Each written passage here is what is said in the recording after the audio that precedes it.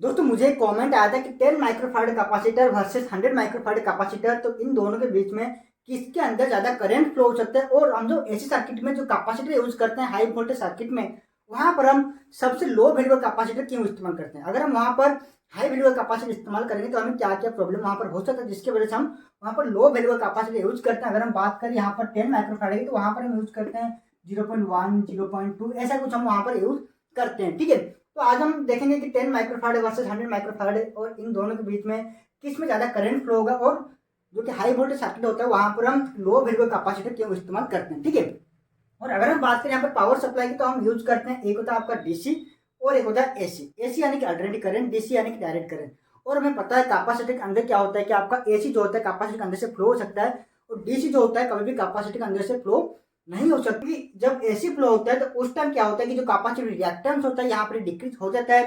और अगर हम बात करें डीसी केस की, तो यहाँ पर जो कैपेसिटर रिएक्टेंस होता है यहाँ पर इंक्रीज हो जाता है, लगभग इंफिनिटी के आसपास यहाँ पर आ जाता है। ठीक है, तो कैपेसिटर रिएक्टेंस क्या होता है कि एक तरह का रेजिस्टेंस होता है। जैसे कि हम बात करें अगर एक रेजिस्टेंस की, तो ये क्या करता है कि ये करंट को फ्लो होने में ऑफर करता है। ठीक है, ये करंट को फ्लो होने से रोकता है। तो उसी तरह से एक कैपेसिटर का भी एक रेजिस्टेंस होता है, एक कैपेसिटर का भी एक प्रॉपर्टी होता है जिसे हम कहते हैं कैपेसिटर रिएक्टेंस। वो क्या करता है कि वो करंट को फ्लो होने से रोकता है। उसी प्रॉपर्टी को हम क्या कहते हैं कि कैपेसिटिव रिएक्टेंस, जिसे हम क्या लिखते हैं एक्स सी। ठीक है, यह होता है आपका कैपेसिटिव रिएक्टेंस। अगर हम बात करें कैपेसिटिव रिएक्टेंस के फॉर्मूला की, जिसे हम लिखते हैं 1 divided by 2 pi F C, या फिर इसे हम लिखते हैं 1 डिवाइडेड बाय ओमेगा सी। ठीक है, ओमेगा यानी कि 2 पाई एफ और सी हो गया आपका कैपेसिटर। ओके, तो यह आपका एसी में अलग होता है और डीसी में भी अलग होता है। जो कि कैपेसिटिव रिएक्टेंस होता है, ये आपका डीसी में चेंज होता है और एसी में भी चेंज होता है। अगर हम बात करें यहाँ पर डीसी की, तो डीसी में जो कि आपका फ्रीक्वेंसी होता है वो आपका होता है 0 हर्ट्ज। और अगर हम बात करें एसी की, तो इंडिया में हम यूज करते हैं 50 हर्ट्ज, और इंडिया के बाहर कुछ कंट्री ऐसा है जहां पर आपको 60 हर्ट्ज का फ्रीक्वेंसी आपको देखने को मिलता है। ठीक है, तो अगर हम बात करें यहाँ पर डीसी केस की, तो यहाँ पर फ्रीक्वेंसी आपका 0 होता है। तो उसी हिसाब से अगर हम यहाँ पर कैपेसिटर रिएक्टेंस अगर हम यहाँ पर कैलकुलेट करें, तो 2 पाई एफ यानी क्या होता है आपका फ्रीक्वेंसी, और सी यानी कि आपका होता है कैपेसिटर का कैपेसिटेंस। ओके, तो अगर मैं यहाँ पर पुट करूँ 1 divided by 2 into pi into F, तो फ्रीक्वेंसी डीसी में कितना होता है 0 होता है।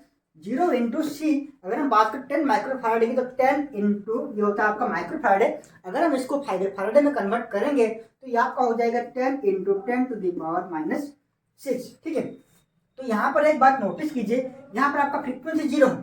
ठीक है, यहाँ पर 0 मल्टीप्लाई हो रहा है, तो 0 जिस किसी के भी साथ 0 अगर मल्टीप्लाई होता है तो उसका पूरा का पूरा वैल्यू यहाँ पर 0 हो जाएगा। और अगर हम बात करें यहाँ पर 1 डिवाइडेड बाई 0 की, तो इसका वैल्यू कितना होता है आपका इन्फिनिट। ठीक है, तो इसी वजह से डीसी केस में कभी भी कैपेसिटर के अंदर से करंट जो है फ्लो नहीं होता है। ठीक है, तो डीसी का बात तो हो गया। अभी हम बात करते हैं एसी केस में क्या होता है इन दोनों के बीच में। ठीक है, तो डीसी केस में आपका चाहे 10 माइक्रोफैराड हो, 100 माइक्रोफैराड हो, 1 माइक्रोफैराड हो, 0.1 माइक्रोफैराड हो, तो उसके अंदर से करंट जो है फ्लो नहीं हो सकता है, क्योंकि वहां पर जो कैपेसिटिव रिएक्टेंस है ये यहाँ पर इन्फिनिटी आ चुका है। ओके, अभी हम चलते हैं अपने एसी केस में। ठीक है, तो मैं पहले लेता हूँ 10 माइक्रोफैराड का एग्जाम्पल, उसके बाद हम लेंगे 100 माइक्रोफैराड का एग्जाम्पल। ठीक है, 10 माइक्रोफैराड के लिए देखते हैं यहाँ पर कितना कैपेसिटिव रिएक्टेंस निकलता है। ठीक है, तो ये आपका होता है 1 डिवाइडेड बाय कितना होता है X C is equal to 1 divided by 2 pi F C. ठीक है, तो 1 डिवाइडेड यहाँ पर कितना होगा 2 पाई एफ। फ्रीक्वेंसी यहाँ पर कितना होता है 50 हर्ट्ज। तो कैपेसिटेंस यहाँ पर कितना है 10 माइक्रोफैराड है। ओके, तो 10 ये माइक्रोफैराड है, इस समय फैराडे में कन्वर्ट करना होगा, तो 10 into 10 to the power minus 6। Capacitive reactance निकलता है 318.309, इतने ओम्स का इसके कैपेसिटिव रिएक्टेंस निकलता है। ठीक है, तो 10 माइक्रोफैराड का कैपेसिटिव रिएक्टेंस कितना निकला, अगर हम बात करें 50 हर्ट्ज की, तो कितना यहाँ पर हमें मिला 318.309 ओम। ओके, और अभी हम देखते हैं 100 माइक्रोफैराड में कैपेसिटिव रिएक्टेंस यहाँ पर कितना निकलता है। तो सिंपल हम यहाँ पर 100 पुट कर देते हैं, तो हो जाएगा 31.830 ओम। ओके, अगर हम यहाँ पर 100 माइक्रोफैराड लेते हैं तो ये आपका होता है 31.830 ओम। तो 100 माइक्रोफैराड कितना निकला आपका 31.830 ओम। ठीक है, और हमें पता है जिस सर्किट का रेजिस्टेंस जितना कम होगा उसके अंदर से उतना ज्यादा करंट फ्लो होता है। ठीक है, तो उसी तरह से कैपेसिटिव रिएक्टेंस भी एक तरह का रेजिस्टेंस की तरह काम करता है। तो जिस सर्किट में कैपेसिटिव रिएक्टेंस जितना ज्यादा होगा, यानी कि जिस सर्किट में इम्पीडेंस जितना ज्यादा होगा उतना ही कम करंट उसके अंदर से फ्लो होता है। ओके, और जिस सर्किट में कैपेसिटिव रिएक्टेंस कम होगा या फिर इम्पीडेंस कम होगा उसके अंदर से उतना ही ज्यादा करंट फ्लो होता है। ठीक है, 100 माइक्रोफैराड के मुकाबले 10 माइक्रोफैराड में आपका बहुत ही कम करंट यहाँ पर फ्लो होगा।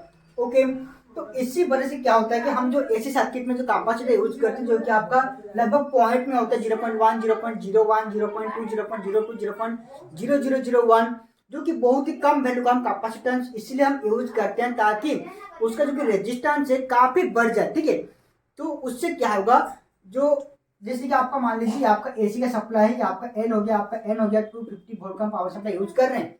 ओके, तो मैं क्या करता हूँ कि ये हमारा एक लोड यहाँ पर कनेक्टेड है, ये आपका लोड कनेक्टेड है, तो लोड के एक्रॉस पर हम क्या करते हैं कि कैपेसिटर यूज करते हैं पावर फिल्ट्रेशन के लिए। ओके, तो ये जो कैपेसिटर हम यूज करते हैं तो इसका वैल्यू हमेशा कम ही रखा जाता है, 0.1, 0.01, 0.001 रखा जाता है, ताकि इसके एक्रॉस पर क्या होगी, जो रेजिस्टेंस है काफी ज्यादा यहाँ पर बना रहे। क्योंकि अगर इसके एक्रॉस पर रेजिस्टेंस अगर इसके अंदर कम हो जाएगा तो करंट है लोड पर जाने के बजाय कैपेसिटर के अंदर से फ्लो करने लगेगा। ठीक है, तो इसीलिए हम यहाँ पर बहुत ही कम वैल्यू का कैपेसिटेंस जो है इस्तेमाल करते हैं ताकि उसका रेजिस्टेंस जो कैपेसिटी रिएक्टेंस यहाँ पर ज्यादा बना रहे और जिसकी वजह से यहाँ पर जो करंट है काफी कम फ्लो हो सके या फिर फ्लो ना हो सके। ठीक है, तो जिन्होंने भी कमेंट किया था आई होप कि उनको समझ में आ गया होगा। अगर आपको फिर भी कोई डाउट रह गया तो आप मुझे कमेंट सेक्शन में कमेंट करके पूछ सकते हैं, या फिर अगर आपके मन में कोई भी डाउट हो, कोई भी क्वेश्चन, तो आप मुझे कमेंट कीजिए, मैं उसको वीडियो जरूर बनाऊंगा। तो दोस्तों आज के लिए बस इतना ही, आप फिर मिलते हैं नए वीडियो में कुछ नया टॉपिक कुछ नए ज्ञान के साथ।